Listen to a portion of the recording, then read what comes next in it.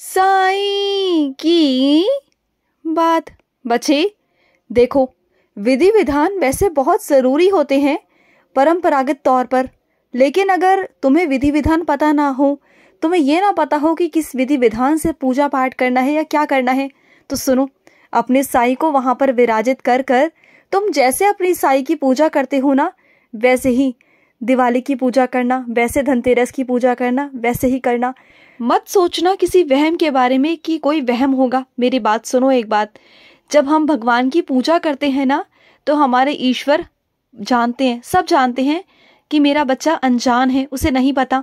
और ईश्वर तो कभी नहीं कहते कि उनके लिए तरह तरह की सामग्री लाई जाए, तरह तरह की चीज़ें की जाए, ऐसा नहीं कहते। वो तो हमारे पिता होते हैं, वो हमारी माता होते हैं।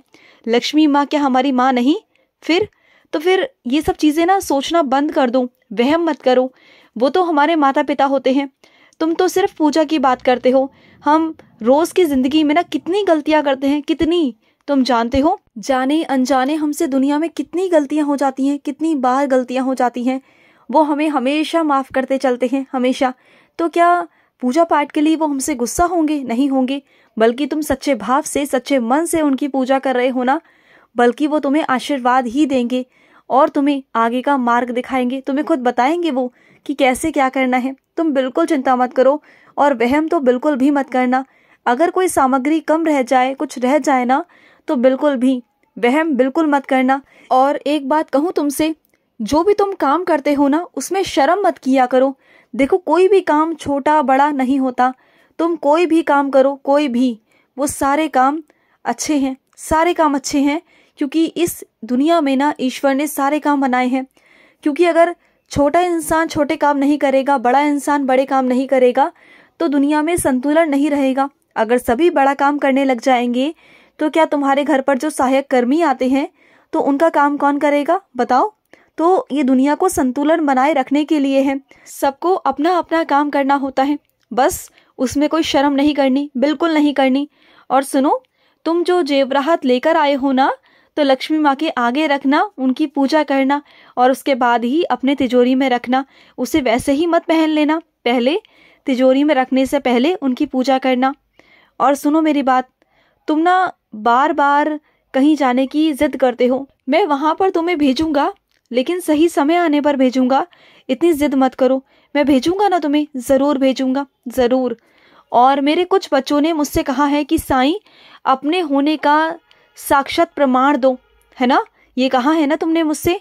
तो सुनो, अब तुम्हें होने का प्रमाण दूंगा, अपना एहसास कराऊंगा, तुम्हें कराऊंगा एहसास। और तुम्हें ना एक ऐसी चीज़ मिलेगी, मेरी मुझसे जुड़ी एक ऐसी चीज़ तुम्हें मिलने वाली है, जिसे तुम हमेशा संभाल कर अपने पास रखोगे। हमेशा मेरा आशीर्वाद होगा उसमें, हमेशा तुम्हारे पास रहेगी वो, तुम्हारा रक्षा कवच बनकर, देखना। और सुनो, जो तुम चीज़ों पर ना शक कर रहे हो ना, वो शक यकीन में बदल जाएगा तुम्हारे, क्योंकि वो सही है। तुम जो अनुमान लगा रहे हो ना, वो बिल्कुल ठीक है मेरे बच्चे, बिल्कुल सही है।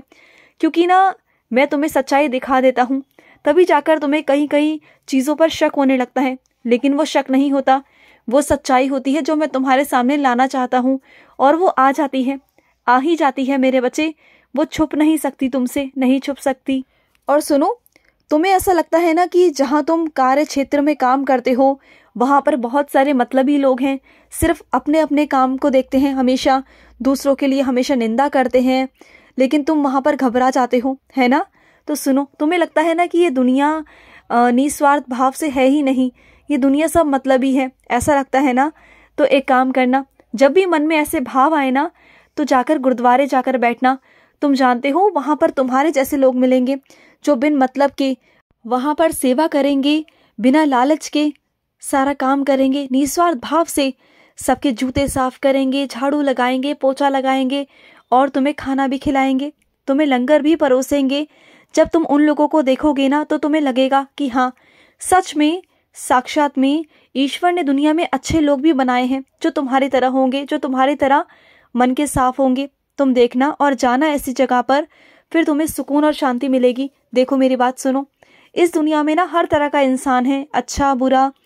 तुम्हें अच्छे भी लोग मिलेंगे, बुरे भी लोग मिलेंगे, लेकिन तुम्हें बुरे लोगों को देख कर ना घबराना नहीं है, बस उनसे दूर होना है, ज़्यादा कुछ नहीं करना तुम्हें बस समझ जाना है कि ये बुरा इंसान है, इसकी सोच नकारात्मक है, उससे दूर होना है बस। और जो अच्छा इंसान है उसे अपनी ज़िंदगी में जोड़े रखना है, बस इतना ही करना है तुम्हें, समझ गए ना? और जो चीज़ तुम्हारी किस्मत की होगी वो मिल जाएगी। ऐसा कहा जाता है ना कि तुम्हारी पुरानी हवेली में कहीं पर सोना है, कहीं पर चांदी है, और तुम्हें ऐसा लगता है कि परिवार में एकजुट होने के कारण वो कहीं किसी और को ना मिल जाए, हमें ना मिले। तो सुनो मेरी बात, चाहे वो सोना हो या एक सिक्का हो मेरे बच्चे, एक सिक्का ही क्यों ना हो, चाहे कुछ भी हो, जिसकी किस्मत का होता है ना वो उससे ही प्राप्त होता है। चाहे कोई कितनी भी खुदाई करवा ले, कितना भी चला जाए, कुछ भी कर ले, लेकिन मिलेगा उसे ही जिसके नाम का वो है। तुम चिंता मत करना, अगर तुम्हारे नाम का वो होगा तो तुम्हें मिलेगा, अगर वो किसी और के नाम का होगा तो उसे मिलेगा। इतना क्यों चिंता करना, और हमेशा इतना मत चिंता किया करो। जब तुम मेरी सेवा करते हो ना, मेरी आराधना करते हो, तो चिंता मत किया करो। और ये सोना चांदी पैसा कुछ नहीं है, इस दुनिया में कुछ भी नहीं है। तुम जानते हो, लाखों अरबोंपति करोड़पति लोग भी जो होते हैं ना, उनके पास पैसा होते हुए भी ना उनकी ज़िंदगी में सुकून नहीं होता, शांति नहीं होती, उनका स्वास्थ्य ठीक नहीं होता। क्या करोगे ऐसे पैसों का? जहाँ शांति ना हो, सुकून ना हो, शरीर ठीक ना हो तुम्हारा, फिर क्या करोगे बोलो? तुमने जो अपने मन पर इतना बोझ रखा हुआ है चीज़ों का, सबसे पहले उसे हटाओ। अपने मन से उन बोझों को हटाओ, सबसे पहले हटाओ। तभी तुम सुकून और शांति की रोटी खा पाओगे, तभी तुम्हें चैन से नींद आ पाएगी, नहीं तो नहीं आ पाएगी। इस दुनिया में सबसे अच्छा है सूखी 2 रोटी और अच्छी नींद। जिसे आती है ना, उसी के पास मैं हूँ, ये समझ लेना, उसके पास तुम्हारा साईं है। और सुनो, तुम ना बहुत प्यारे हो, तुम्हारा हृदय बहुत साफ है, इसलिए तुम्हें छोटी छोटी चीज़ों पर, छोटी छोटी बातों पर इतना सोचना समझना नहीं आता।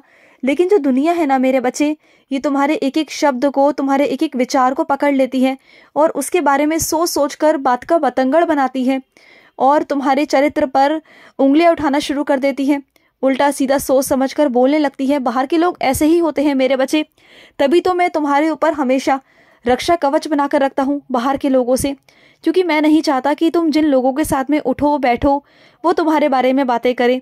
लेकिन ना तुम खामोश रहा करो, क्योंकि दूसरे लोग पता है कैसे हैं, दूसरे लोग ऐसे हैं कि तुम्हारी बातों को पकड़ कर उसमें 2-4 बातें और लगा कर ना और आगे बात करेंगे, इतनी आगे बात कर देंगे, इतनी फैला देंगे ना कि बस सबके मन में नकारात्मकता, तुम्हारे खिलाफ नफरत ये पैदा करने की कोशिश करते हैं। पर ऐसे लोग ना कभी भी जिंदगी में ना बढ़ नहीं सकते, क्योंकि ऐसे लोगों के मन में हमेशा नकारात्मकता रहती है, क्योंकि ऐसे लोगों को ना हमेशा नकारात्मकता घेरी रहती है। वो कभी आगे नहीं निकल पाते, कभी नहीं, वो कभी पनप नहीं सकते, कभी नहीं पनप सकते, और ना वो कभी किसी के सगे बन सकते हैं।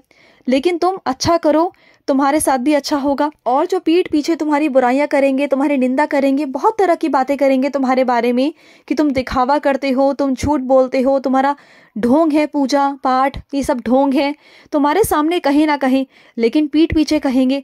लेकिन तुम्हारा उन लोगों से कोई लेना देना नहीं जो तुम्हारे पीठ पीछे निंदा करते हैं ना, उनको कुछ कहने की ज़रूरत नहीं। लेकिन हाँ, अगर सामने कहें और तुम्हें ज़रूरत लगे कि तुम्हें बोलना है तो ज़रूर बोलना, चुप मत रहना, क्योंकि खामोश रहने से ना लोग तुम्हारी बातों को और आगे बोलते हैं, चढ़ा बढ़ाकर बोलते हैं। तो उन्हें वही रोक देना कि आगे से वो तुम्हारे बारे में ऐसी बातें ना कहें।